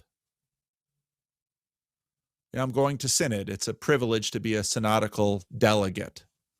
You know, I'm a alternate reporter for an advisory committee. It's a privilege to serve. If I'm called on to serve in other ways, I will serve. But I think the point of Jesus' parable is let someone else determine your status. Don't grab for high status. And, you know, to put it in Peterson's terms, let someone else push you up the hierarchy. Popes don't elect themselves or name their successors. So, yeah. So that's, and, you know, you and I have talked about this, Jacob, and I dearly, you know, I love you and I dearly appreciate you. And I find you absolutely enjoyable. And if I had 1 million subscribers, I don't know if I would have had the joy of getting to know you, at least to the degree that I have. And there are many of you out there that would like to have me say that about you, and I haven't had the chance. And there are many emails that I haven't responded to. And gosh, on the side of my Discord links, there's all these messages that I haven't gotten to. And you wouldn't believe my Facebook messages that I never look at Facebook Messenger. And there's all these, and I just feel guilty about all these messages, because every one of you is an image bearer of God. And if I have eyes to see, I can see God's handiwork in each one of you. And when I get to see that, it's a joy. And I love that joy. So Young Art, Eric Art Young. Yeah, Eric Young Art. What do you do? What do you do about the extreme hatred that some people have for Christianity?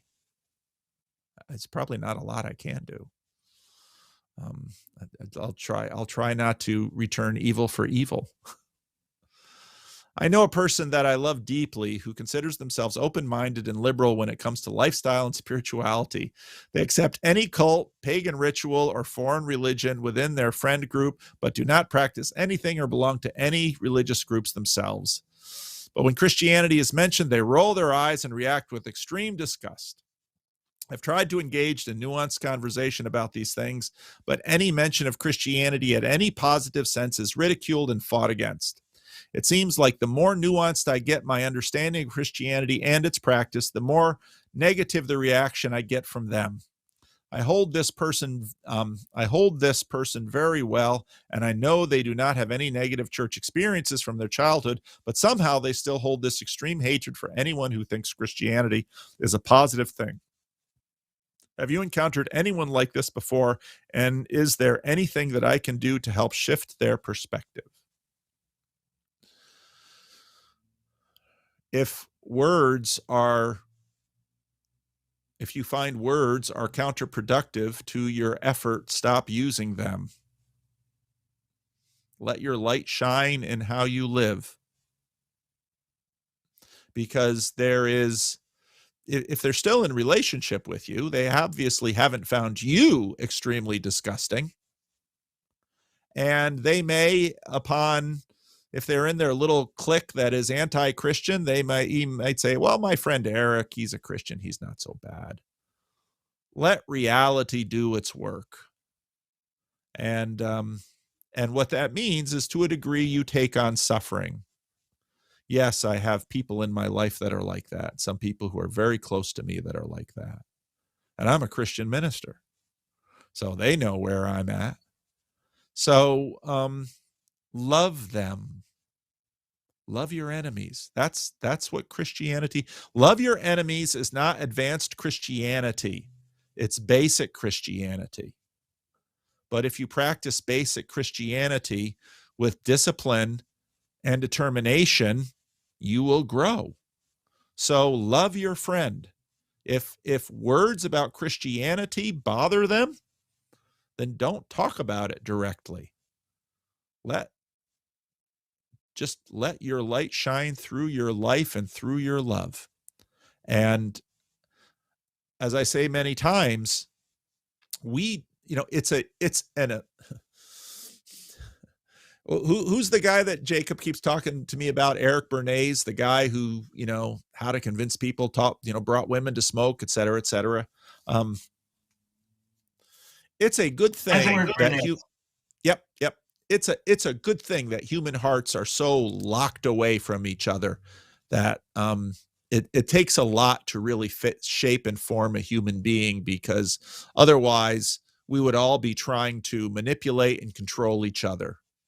And so what we have in some ways in our hearts is this castle defense, just more and more defensive. And so quite obviously, somewhere along the line, this person decided that they need to really be against Christianity. And so they've adopted all of these defenses. Don't assault those defenses in an ordinary way. Love them. Love is the biggest influence that human beings have with one another, because we just are suckers for people who treat us well. We expect people to come and be a jerk, but just love this person. That's what you're called to do anyway. You can't convert them or change them. You're not their master. Love them. So it's simple to say, and it's terribly hard to do. Justice from Portland. Something I, given my name, think about a lot is the notion of justice. To use your language, justice seems to be quite fudgy word these days. It seems like most of us, including me, don't know exactly what it means when we say it. Yet whatever it means, I know justice is quite important to God, and I wish to embody my name well. What is a good word definition of justice? Maybe a story illustrating what it looks like. Appreciate you and your pixelated apostolate. So Plato's Republic talks about justice. Justice is so there's the word in the New Testament for justice and righteousness is the same word. But we have tended to associate justice with public ethics and righteousness with private ethics. And in the Bible, it's the same concept: private justice and public justice. Most of the time when a generation ago, justice was punishment for wrongs. And so in standard Protestant nomenclature, Jesus gives us mercy instead of justice. In other words, justice is a negative. Justice was a synonym for punishment. Now justice is being used much more as a synonym for shalom. Let's say life the way it's supposed to be. And so a lot of the public use of that word that I see is rather deceptive. People should be looking for public shalom, for public well-being, for public peace.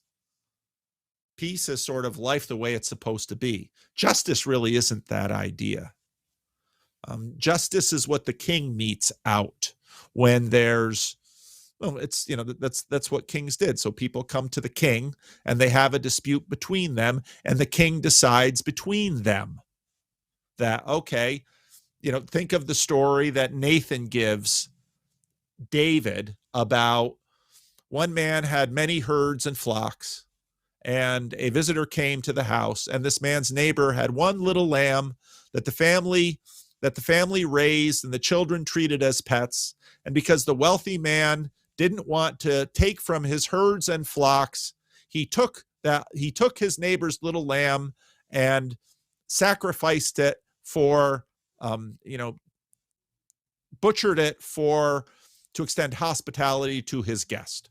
David stands up in righteous indignation. That man should die. And of course, Nathan is talking about Bathsheba and Uriah. And Nathan comes back. You are that man, David. You should die because you have wealth and women and concubines and wives. And you took the little lamb of your faithful servant Uriah and you took her to your bed. Justice demands that David die. David understood justice. That's what the king metes out. That's what the great king metes out. That sense of justice, people get all enthusiastic about if they imagine that the other person is going to suffer. So I think often when people say justice, they mean well-being or shalom or peace or life the way it's supposed to be. And we certainly want that. So public justice, social justice. What about private justice? So justice is a very important word that we are using poorly. And when we use important words poorly, we suffer because language is a commons. And if we don't preserve that commons are delicate. You know, we're putting up the fence here at Living Stones, and that's we're working very hard and it's costing a lot of money, but I lament putting up the fence because in many ways the church grounds has been a commons. Neighbors have come and taught their kids to drive cars and ride bikes and shoot basketball hoops, and we've had homeless people camping here and so commons is an important function in a community. But when commons is abused, fences go up. And so I think the little story of Nathan and David and Bathsheba is one of the best stories of what justice is. Justice demands that David die. David doesn't get justice. The son of David's adultery, David committed adultery against Uriah. Thou shalt not commit adultery. That in the cultural mental mapping of that commandment, you commit adultery against your neighbor because you sleep with his wife. That wife does not belong to you. David deserved death for that adultery, and he didn't get it. The son died. So that's justice. It's a big deal. John S., what do you think of archaeofuturism? Should Christians view, how should archaeofuture? I've never heard that word before. I can sort of guess what it means by the nature of it. You know, that Star Trek episode where you have all these people sort of living this little pastoral lifestyle and people following the prime directive sort of spying at them, you know, thinking that, well, maybe these people will develop, and come to learn that these people had already developed. And they said, no, we don't like all that technology. We're going to live like Michael Martin, the sophiologist, and we're going to have a little farm in Jackson, Michigan, and practice biodynamic farming and plant cow's horns and all of those kinds of things. So this idea of technology, though, it fascinates me, and I want to get into it more as I continue on through my commentary on Jonathan Pageau's work, especially when he intersects with people like Paul Kingsnorth. Jonathan made a really gave me something to chew on when he framed for me the reality of the Bible starting in a garden and ending in a city. In Paul Schrader's movie, The Mosquito Coast, Paul Schrader grew up in the Christian Reformed Church and went to Calvin College, and he's an interesting guy. But he made this movie, Mosquito Coast, and in that movie, Harrison Ford lays out a little bit of theology when he said, God made the world unfinished. What does that mean? It means that there's clearly potential in the world that humanity was supposed to and is intended to fulfill. Part of what we've done technologically is rape. We've raped our sister, and we sort of hold her at gunpoint and we say, give us your stuff, give us your goods, give us your blessing, or we're going to take it from you via force. And we sort of do that with technology sometimes. But nature is full of potential, and we have to, it's our calling to figure out how to develop that potential, but always doing so with honor and respect due to God's good creation. So John asked a similar question last week. It takes astoundingly wise discernment to know how to do this. And part of King North's complaint about where the environmental movement went is it went sort of techno. The answer to technology is more technology, but there's a sense in which you build a house of cards that way. And so we had a meetup at Living Stones on Tuesday night, and part of the conversation there was about medical technology and how, and I see this all the time with old people. They've got, they're taking 14, 15 pills a day, and every pill you have has side effects, and you take pills for the side effects, but that new drug has side effects. And so you just compile it on. And so a lot of theorizing today is trying to figure out, well, maybe we should get off the drug thing and figure out how to live a healthier lifestyle. It starts with what we eat. We can't seem to figure that out. So technology is not going away. In fact, technology, go again back to Pageau's video on Enoch. Technology starts early. And at this point right now on the planet, we can't live without it. Let's say we decided to no longer use synthetic fertilizer. Some estimates say the world can't support more than 4 billion people without synthetic fertilizers. Okay, so which 4 billion gets to die so the other 4 billion can eat? There's a lot there. All right. Twirlyka 22. Captain Ruthian, I was looking at your question on women in the Bible. The only place the world where women are completely respected more than any other is in the Bible. I will give just a couple of examples. So here's the answer to that question that she gives. I won't read it, but that's an answer to the earlier question. What is the Greek truth, aletheia, different from modern? You're asking a Greek vocabulary question here, and so I'm going to have to reach back to memory. Greek sense of truth had a lot of beauty in it. The Enlightenment likes to see truth as sort of physical coordination or correspondence. Greek truth, aletheia, also had a sense of excellence about it. And, there's, when you look at, let's say, wisdom in the wisdom literature of the Old Testament, it's not the same, but it's not disconnected from the Greek section of truth, because they both had senses of excellence to them. So part of the problem, and I think McGilchrist is really helpful with this, part of the problem in our contemporary frame is that we tend to think of truth as correspondence and, let's say, equations. 2 + 2 = 4 is truth. Yeah, that's truth, but it's a kind of a basic kind.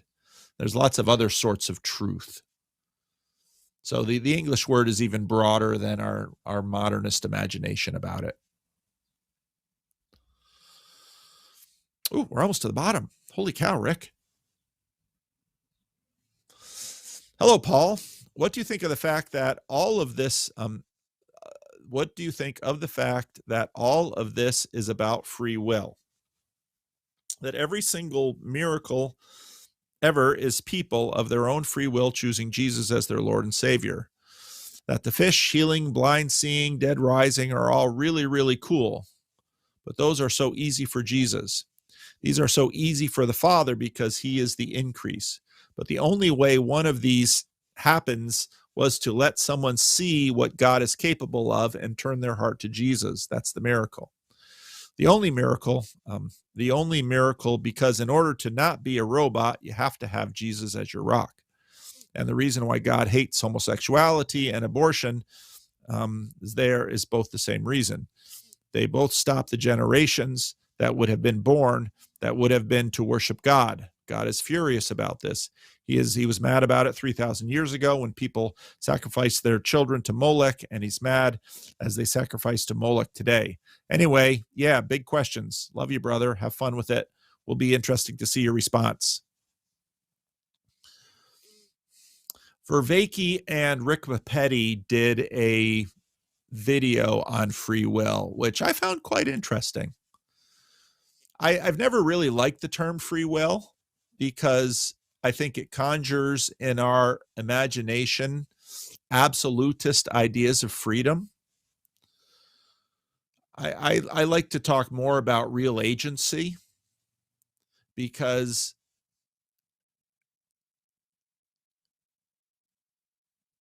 it is, in fact, our ability to make choices, our ability to do one thing instead of another that in some ways is part of our image of God.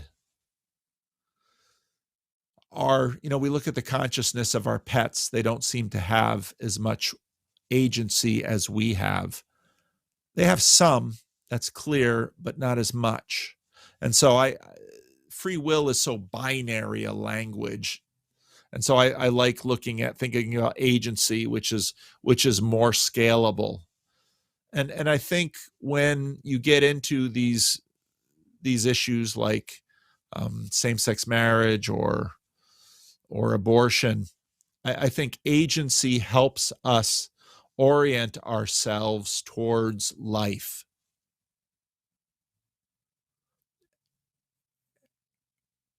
And I think it's very much agency, the connection between agency and life and the choices we make with respect to these things that I think can help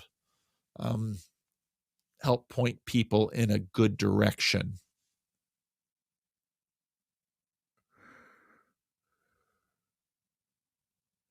Agency is a remarkably difficult thing. C.S. Lewis in his book Miracles sort of uses reason to tie all this together. It's fairly Platonic. But the point is that in many ways, what life in Christ should afford. I love how Vervaeke talks about addiction as reciprocal narrowing. And he says basically, if there's such thing as reciprocal narrowing, might there not also be reciprocal broadening? Then what is the path to reciprocal broadening? And that's where this word freedom gets very tricky. Because I am not free to play a beautiful piece of piano music. You say, well, is the government stopping you from playing a beautiful piece of piano music? No, the government isn't stopping me. Well, what's stopping me? So I don't know how to play the piano. What does it take for me to have the freedom to play the piano beautifully? See, freedom isn't the right word. It's much more agency. And that agency has to be developed. And that agency is developed over time. And so I think a lot of these issues that Christianity is wrestling with, abortion is a narrowing phenomena. You take this astounding gift, potentiality of bringing another human being into the world. And, well, of course, there's, bringing human beings into the world is what happens via sexual procreation. So you can not bring a human being into the world by not having sexual intercourse or having fruitless sexual intercourse. And I'm not saying that all sex must be potentially fruitful. I think, in the Roman Catholic position on human sexuality has proved itself durable. I'm not fully convinced by it, but I see a lot of its wisdom. But if you use agency, you can, I think, begin to see how you can connect these things and perhaps make them intelligible to people. So that's part of the reason I prefer that word over something like free will, which seems so binary. I have free will to play the piano beautifully. What I don't have is agency.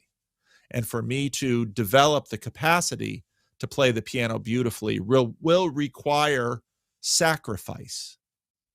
And that helps then, I think, really tie this world together. Okay, end of questions. A 13.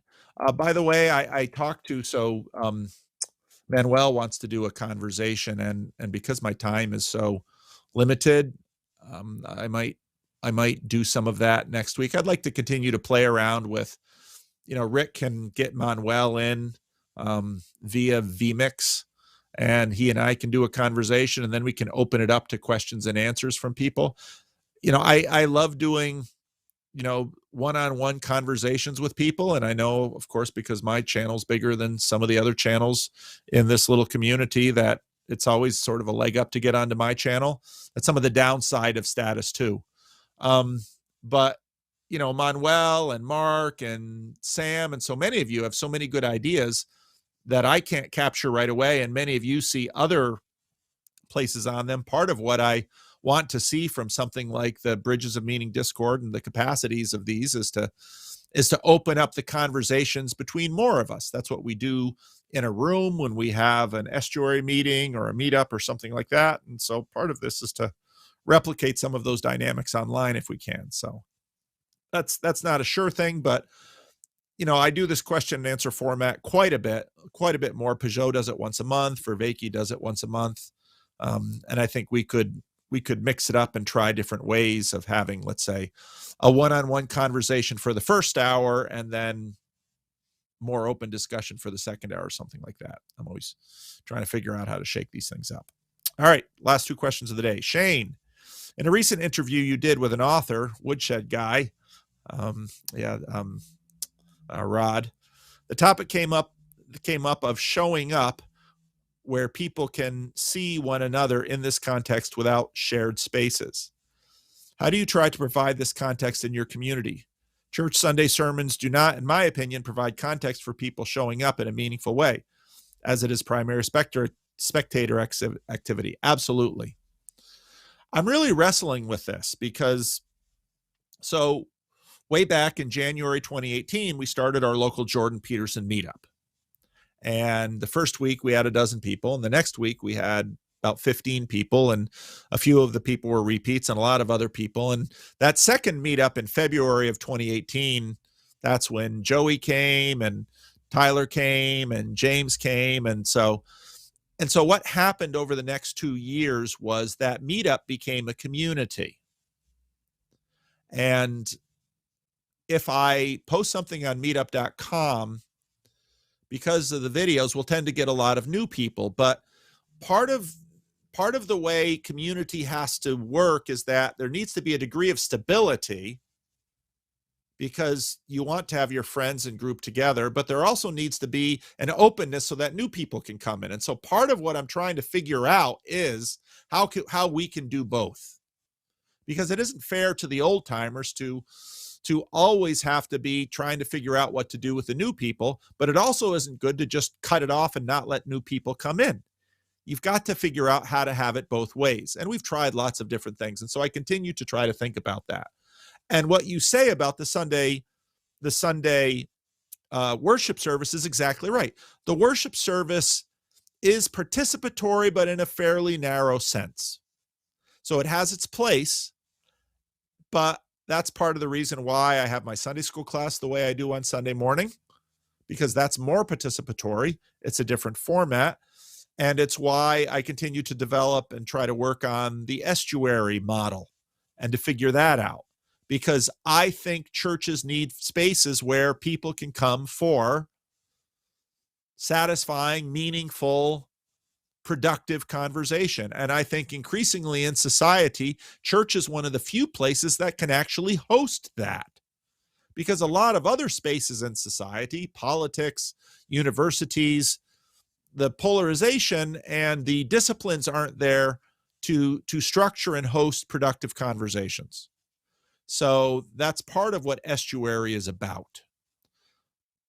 Now, I got the sense that was some of your motivation for Estuary. The sort of the context that it came up in your conversation, at least what I remember from it, was sort of connected to one of your other videos where there was this sense of sort of relational dynamics between men and women, and how can we know anything about a person's character unless we've kind of seen them over time in the context of how they show up to life. And I just imagine that was sort of taken for granted in previous sort of agrarian cultures or places where there were more common community spaces where people gathered. And I get the sense that, so a lot of people meet each other at work.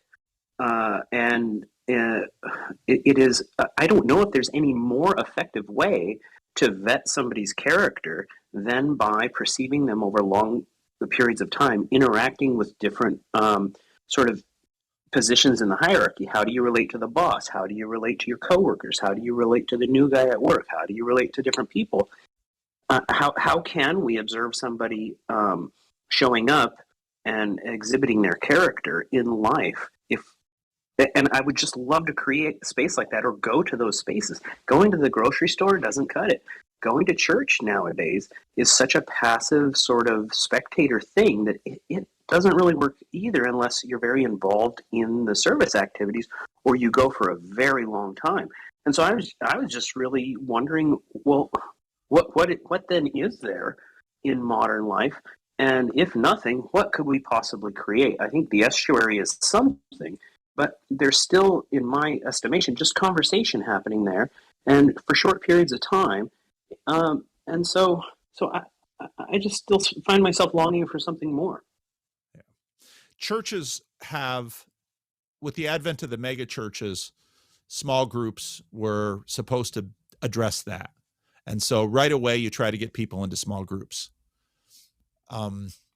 Cell church models, house church models have tried to address this. But you're right that what we're dealing with is in some ways some downsides of urbanization. And if you lived in a village that you lived your whole life in, you'd have other issues, because then you have limitations of potential and opportunity, et cetera, et cetera.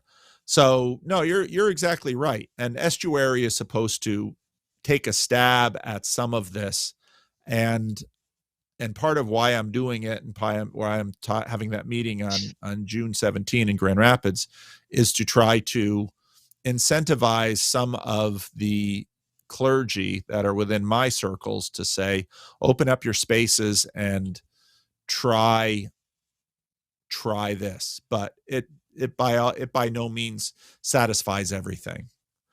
But churches have been trying to address this for a long time, and they do so with small groups, young people's, men's societies. But part of it is just church and scale has really been struggling, because the two size churches that are flourishing right now are churches under 50 and churches over 1,000. And churches in the middle have really been struggling, partly because of economics. You can have a church under 50 and run it fairly inexpensively because the clergy is bivocational, but then you don't have a lot of training. You can have a church over 1,000, but then, you've really got to lean into small groups. And I could talk for a long time about what's happened with small groups and mega churches. In theory, it should work, but in practice, it's not easy. Partly because if you grew up in a village, you don't get the opportunity to act like a consumer with respect to the people that you share life with. They're your family and your neighbors. You don't get to choose. You're just stuck unless you decide to leave the village. What happens in our society is that there are potentially thousands of people that we could sort of cluster up with to share life with. Well, who do we want to do that with? Well, people who are like us, maybe people who, if we're just starting a family and have a small child, people who have small children, so we can, that's sort of what happens. And some people are like, oh, I want to have a broad selection of people, but what you're going to have in any normal distribution of community are some jerks, some odd people. You're just going to get a random selection of people, and people are complicated. So your point is well taken. And the part, there's so much to this conversation. And I'll tell you that pastors are having this conversation behind closed doors in staff meetings and in consistory rooms, council rooms, board rooms all the time. It's a tremendous challenge. But there's no easy answers. And so some people do house church. Oh, there's your house church. A lot of people don't do house church for very long because it's really demanding. So, no, it's a great question. And Estuary is taking a stab at part of it, but it's by no means a perfect thing.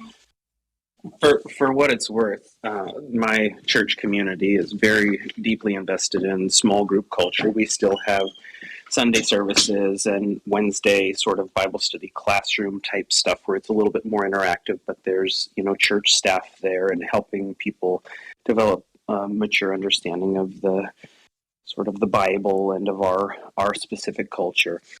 But really where the rubber meets the road is in people's homes where we're exposing ourselves to each other. We're getting to know and be known by one another.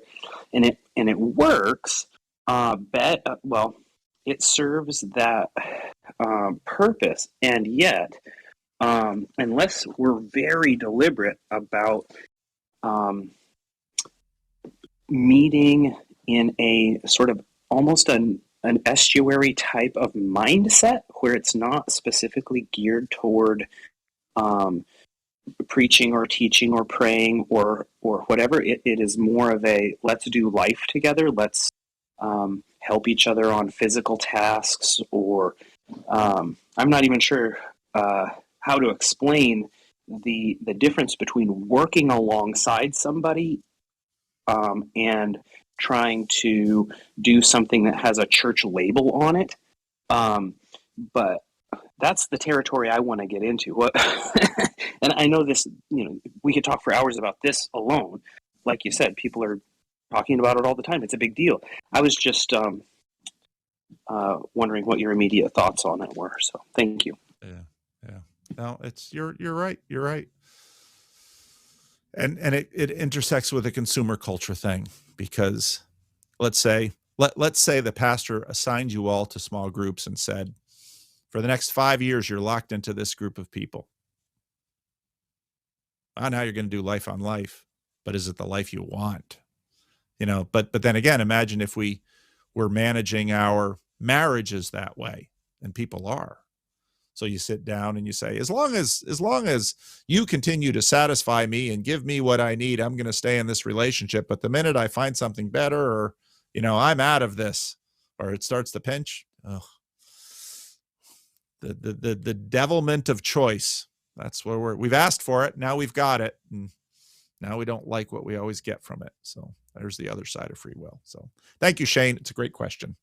And it's something that, John Van Donk and I talk about a lot in terms of Estuary and what we can do. So, All right. Well, I think that's Chad has a little ending comment here about why the disciples went across the lake, I guess, to get to the other side and to meet a demoniac and to cast it out and to turn him down when he wants to come back to the other side of the lake. So anyway, so again, check out I will put both in the, so it's about 1 o'clock now. I got to chat with Rick. Rick's got to go back to work. We put together a NAS, got to see how far Rick got on that, et cetera, et cetera.